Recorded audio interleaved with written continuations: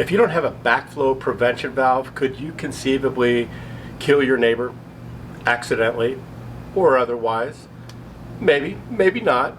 I'll explain that in just a moment. But first, let's talk about what a backflow prevention valve is.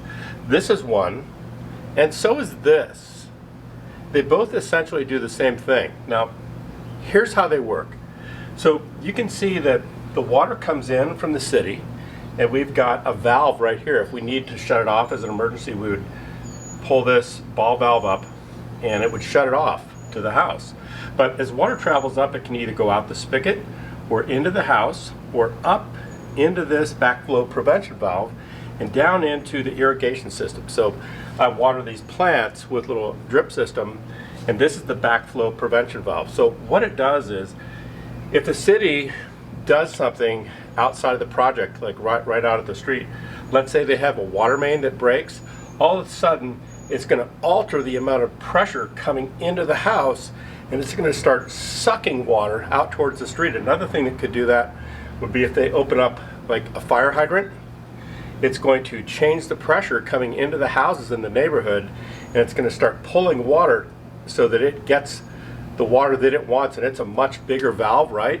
So it's going to take all the water that would go to the houses and take it out. So everything that's hooked up on the house is going to act like a big straw. So see this hose?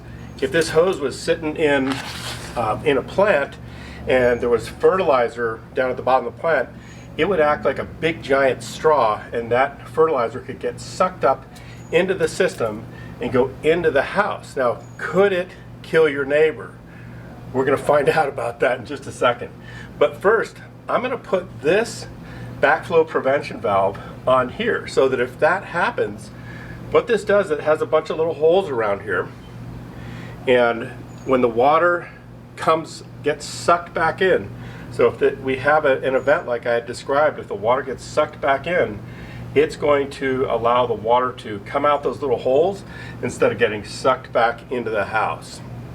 Same thing happens with this vacuum breaker or anti-siphon valve or breaker valve are some of the names for these things. If the water gets sucked back into the system, what happens, instead of coming back in and out into the city system, the water spills out beneath this little bell cap right here, and it breaks the suction that's going on, and it no longer acts as a straw. The water, it just allows the water to escape from here. So I'm going to go ahead and put this on now. It's pretty simple to install. You don't really need anybody to do it. Okay, so I've got this installed now, and to answer our question, could I accidentally or otherwise kill my neighbor if I don't have one of these or one of these on there? Well, it's unlikely, but it's possible, and that's why the city demands that we have these on our house. If we don't have this and this, it's actually an illegal system. A lot of times, these bigger valves, you'll see much bigger ones on golf courses, wherever you've got sprinkler heads.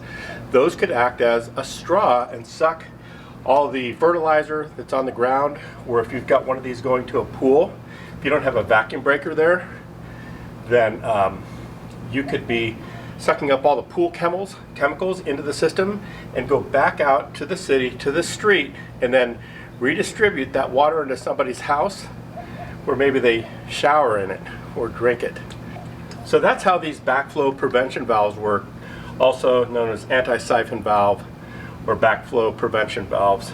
Put these on your house so you don't kill your neighbor. If it comes up on an inspection report and one of these is missing, we want to argue to get you one of these before you take over the house so that you have a safe water system at your new place. And now check out my video right here about home inspections and why they're so important. I'll see you there.